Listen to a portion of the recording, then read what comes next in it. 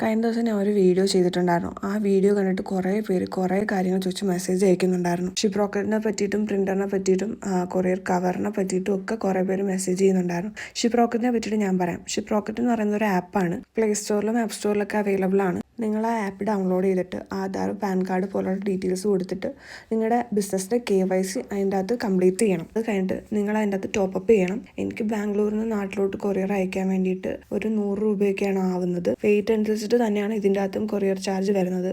പക്ഷേ എനിക്ക് കഴിഞ്ഞ തവണ നാട്ടിൽ വന്നപ്പോൾ നാട്ടിൽ നിന്ന് നാട്ടിലോട്ട് തന്നെ കൊറിയർ ചെയ്യാൻ വേണ്ടിയിട്ട് ഒരു 52 റേഞ്ചിലാണ് റേറ്റ് ആയത്. എനിക്ക് വളരെ കുറച്ച് ഓർഡേഴ്സാണ് ഉള്ളത്. അതുകൊണ്ട് തന്നെ എനിക്ക് സാധാരണ റേറ്റാണ് അതിൻ്റെ അകത്ത് വരുന്നത്. കൂടുതൽ ഓർഡേഴ്സ് ഉള്ളവർക്ക് അതുപോലെ തന്നെ റേറ്റ് കുറവായിരിക്കും.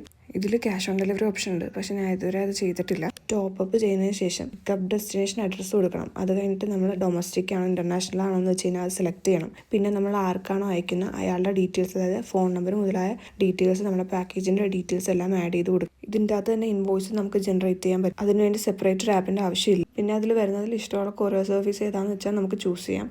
എന്നിട്ട് ആ കൊറിയർ സർവീസിന് ബാർകോഡഡ് ആയിട്ടുള്ളൊരു സ്ലിപ്പായിരിക്കും നമുക്ക് വരുന്നത്. ഇൻസ്റ്റൻറ്റ് പിക്കപ്പ് ഓപ്ഷൻ ഇതിനകത്ത് അവൈലബിൾ ആണ്. അതിനുശേഷം കൊറിയർ പാക്ക് ചെയ്ത് വെച്ച് കഴിഞ്ഞാൽ നമ്മൾ ഇടുന്ന ഡേറ്റ് എന്നാണോ അതനുസരിച്ചിട്ട് അവരൊന്ന് പിക്ക് ചെയ്തിട്ട് പോകുന്നതായിരിക്കും. ആർക്കെങ്കിലും ആപ്പിൻ്റെ ലിങ്ക് വേണമെങ്കിൽ കമൻറ്റോ DMോ ചെയ്താൽ ഞാൻ സെൻഡ് ചെയ്ത് തരാം. അപ്പോൾ മറ്റൊരു വീഡിയോയിൽ കാണാം. ബൈ.